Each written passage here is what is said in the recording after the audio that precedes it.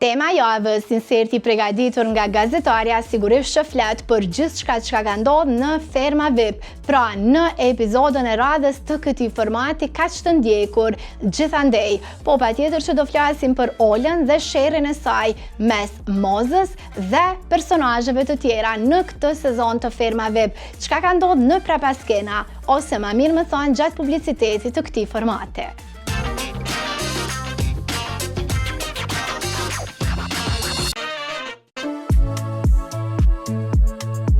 Patjetër që këtë javë do ta diskutojmë incidentin në aspekt të këndshëm që ndodhi në prajmin e radhës të ferma VIP.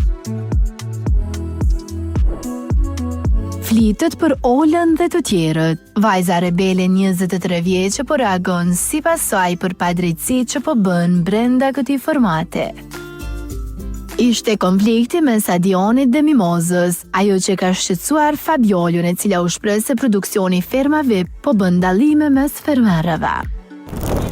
Do ta mirëpresim në studio të eliminuar në kësaj nate Adionin.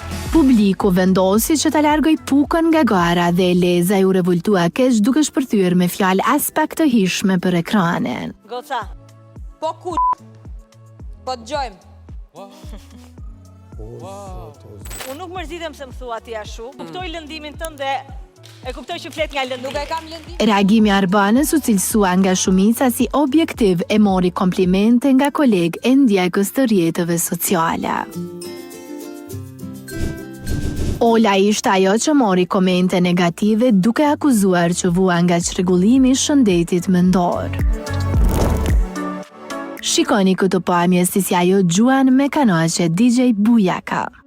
Ko kërtruni s'ki të mirën që e përmenë është si mos me pas. Ola qa, është e lejushme. A pesheni publik i dashur? Duket se Ola po e do Adionin dhe dalja e tij e mërzitit e masa. Nuk mjaftoi as kritika që vëllai i dha asaj e që ka të bëjë me skenat e nxehta të bëra nga Ola me Adionin në sytë e shikuesve të shumt. Çka ndodhi më pas? Produksioni anulloi televotimin aktual e nxorri një tjetër. A duhet të vazhdoj të qëndroj në ferm Fabiola Lezaj? Por prisni pak, pa dhe një koment nuk mbeti as ish banorja Bigut Monika. Në ndërkohë punët e fermës po vazhdojnë, ani pse debatet nuk po mungojnë. A janë këto disa nga momente televizive më të shëmtuara të regjistruara në historinë e televizioneve shqiptare. A meritojnë me të vërtet personazhe të tilla të vazhdojnë të marrin kohë televizive e të vijojnë të qëndrojnë në këto formate, që transmetohet drejt për drejt 24/7. E po, këtë e di publiku më së miri. Madje regjisori Ferma VIP njëherë është bashkëshorti Arbanës, Eduarte, i tha disa fjalë në lidhje me Olën. Ky reagim ka ardhur pas aludimeve nëpër media që Grisha dhe Eleza janë kushërinj. Sipas këtij postimi, ai hodhi poshtë gjithë këtë histori, e për Osmanin nuk ka si të flas më mirë përveç që të jetë krenar, që ajo ka menaxhuar edhe këtë situatë në mënyrën më të mirë të mundshme. Madje shikoni këtë urim kaq të ndjerë që Bana ja bëri Edit. Gëzuar ditëlindjen qetësia ime pas çdo stuhie, të duam pafund, ka shkruar prezantuesja njohur shqiptare.